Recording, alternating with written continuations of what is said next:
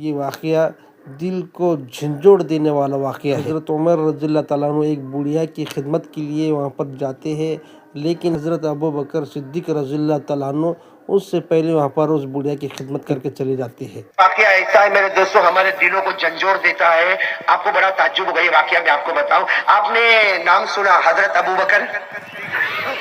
نہیں سنا تو ہاں بولو، ساتھ میں بولو، سنا نا؟ حضرت ابوبکر صدیق رضی اللہ تعالیٰ عنہ جب خلیفہ بنے، خلیفۃ المسلمین، ہمارے نبی کا وصال مبارک ہوا، حضرت ابوبکر رضی اللہ تعالیٰ عنہ خلیفۃ المسلمین بنے۔ یہ سننے جیسی بات ہے، ایک دم کان لگا کر سننا، کڑی کو کڑی سے جوڑنا۔ حضرت ابوبکر رضی اللہ تعالیٰ عنہ خلیفۃ المسلمین بنے، آپ کے پاس ایک چمڑے کا رجسٹر، بولو رجسٹر کس کا ہے؟ اچھا وہ رجسٹر بھی کیسا معلوم؟ رجسٹر بھی کیسا؟ یہاں پہ نمبر ہے 1 2 3 4 5 نمبر لگے ہوئے، بازو میں لکھا ہوا ہے کہ مدینے میں بیوہ عورتیں کتنی ہیں۔ بھائی مدینے میں وہ عورتیں جن کے شوہر کا انتقال ہو گیا اور بیچاری بیوہ ہے، ان کے نام لکھے ہیں۔ پھر آگے سب کا پتہ لکھا ہے، پتہ، اس کے آگے سب کی عمر لکھی ہے، کتنے عمر کی وہ ہے، اور اخیر میں لکھا ہے کہ مدینے میں اس کا ذمہ دار، سمجھ گئے نا؟ رجسٹر سمجھ گئے نا؟ پہلے نمبر پہ نمبر لکھے 1 2 3 4 5، اس کے بعد میں بیوہ کا نام لکھا ہے، اس کے بعد میں بیوہ کا ایڈریس لکھا ہوا ہے، اس کے بعد میں بیوہ کی عمر لکھی ہوئی ہے، اور اس کے بعد میں آخر میں کالم میں لکھا اس کا ذمہ دار کون ہے۔ اب حضرت ابوبکر رضی اللہ تعالیٰ عنہ کے پاس چمڑے کا رجسٹر ہے جس میں سب لکھا ہوا ہے۔ حضرت ابوبکر بیٹھ کے دیکھ رہے ہیں، اس کا حساب کتاب کر رہے ہیں، ابھی بیٹھے ہیں، اتنے میں حضرت عمر آ گئے۔ بولو کون آ گئے؟ اب حضرت عمر آ گئے تو حضرت عمر اور حضرت ابوبکر تو بڑے گہرے دوست تھے، لیکن حضرت عمر نے ڈسپلن کو سامنے رکھا، آ کر کہا یا خلیفۃ المسلمین السلام علیکم ورحمۃ اللہ وبرکاتہ۔ حضرت عمر نے کہا اے مسلمانوں کے بادشاہ السلام علیکم، بتاؤ کچھ کام ہے؟ تو حضرت ابوبکر نے مسکراتے مسکراتے کہا کوئی کام نہیں ہے، یہ بیواؤں کا رجسٹر دیکھ رہا ہوں، لو تم بھی دیکھو۔ یہ کہہ کر وہ رجسٹر کن کے ہاتھ میں دے دیا؟ اب حضرت عمر رضی اللہ تعالیٰ عنہ نے سنو دیکھنا شروع کیا تو حضرت عمر کی نظر پڑی ایک بیوہ عورت پر جس کا ایڈریس ہے بہت دور اور عمر ہے 80۔ عمر کتنی ہے؟ بیوہ کا نام ہے، ایڈریس مدینے سے ذرا دور ہے، عمر کتنی ہے؟ اور بازو میں ذمہ دار کوئی بھی نہیں، جگہ خالی، بھائی جگہ خالی، ذمہ دار کوئی بھی نہیں۔ تو حضرت عمر رضی اللہ تعالیٰ عنہ نے اسی وقت دل میں سوچ لیا آج سے ذمہ دار میں، وہ آج سے ذمہ دار، لیکن نام لکھایا نہیں۔ بھائی ہم ہوتے تو کہتے نا ذرا دیکھو وہ کالم خالی ہے، لکھو قاری احمد علی، میں ہوتا تو کرتا نا ایسا کام۔